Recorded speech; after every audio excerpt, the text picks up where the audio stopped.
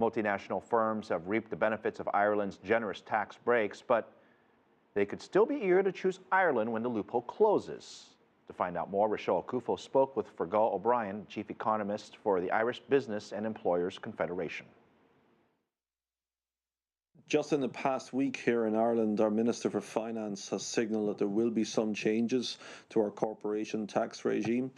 And at the core of these changes is going to be to present a package for mobile investors that is going to continue to make Ireland a very attractive location in which to invest. And we know that global tax reform is coming mainly as a result of an initiative being driven out of Paris by the OECD. And our government has decided to make some changes domestically in line with these international developments. So the so-called double Irish structures that you mentioned, they will be phased out over a period of time. Ireland is introducing new initiatives that will make it more attractive for companies to locate substance, to locate jobs, to locate their research and development functions in Ireland. Because international tax is an incredibly competitive environment, and we see other regimes in Europe, such as our nearest neighbour, the UK, having much more attractive packages around areas such as intellectual property and research and development. So Ireland has had to react to those international developments. Now, it's been quite a turnaround for Ireland's economy. And on the other hand, you see the Eurozone's biggest economy, Germany, starting to see some problems. So how is Ireland getting it right, whereas other countries in the Eurozone aren't having the same success? Clearly, the Irish economy has had a very difficult time over the past 7 years or so. From a business representation point of view in IBEC, we have about 7,500 member companies right across the Irish economies in all sectors of the economy. And we could see that business has been recovering for the last number of years. And what we've seen over the past 12 months is a very strong balance to that recovery. So we see new construction happening again in terms of investment coming back into the economy. We see our exports doing well, with both Irish-owned and foreign-owned companies performing strongly in international markets. And crucially now, for the first time, we're seeing Irish consumers coming back into the high streets, coming into the shops and starting to spend money.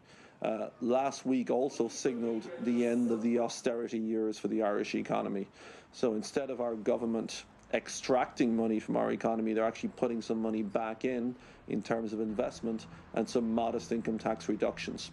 Now, Ireland is also becoming more globally connected, and with the IMF predicting a global downturn, could that expose Ireland to risks?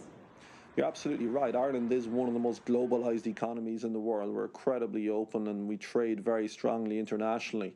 The markets that are still the most important from an Irish economy perspective are, again, our nearest neighbour, the UK, but also the US.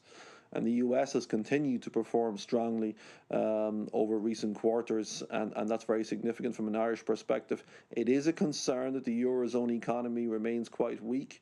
So clearly the global economic environment is a risk from an Irish perspective, but at the same time we're probably on a different point of the business cycle, and that the Irish economy never fully recovered from the global crisis of 2008, 2009.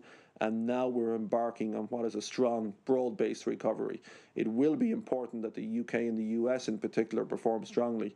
And I think if they do, Ireland can survive what looks like to be somewhat of a slowdown elsewhere in the global economy. What risks do you see, and is Ireland prepared to tackle them?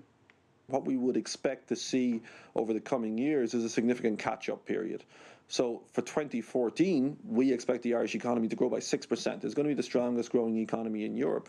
For next year, we'll probably be looking at economic growth short of 5%. So these are exceptionally strong rates of growth, but they're not signaling anything like a bubble economy. We've had some strong growth in real estate prices. Policymakers are looking at some suggestions to make sure that we don't have another real estate bubble. But the crucial dimension of the Irish economy is that the medium-term potential growth rate of Irish economy over the coming decades is actually between 3 and 4%. So while the growth rates look strong, they're actually quite balanced and they are sustainable.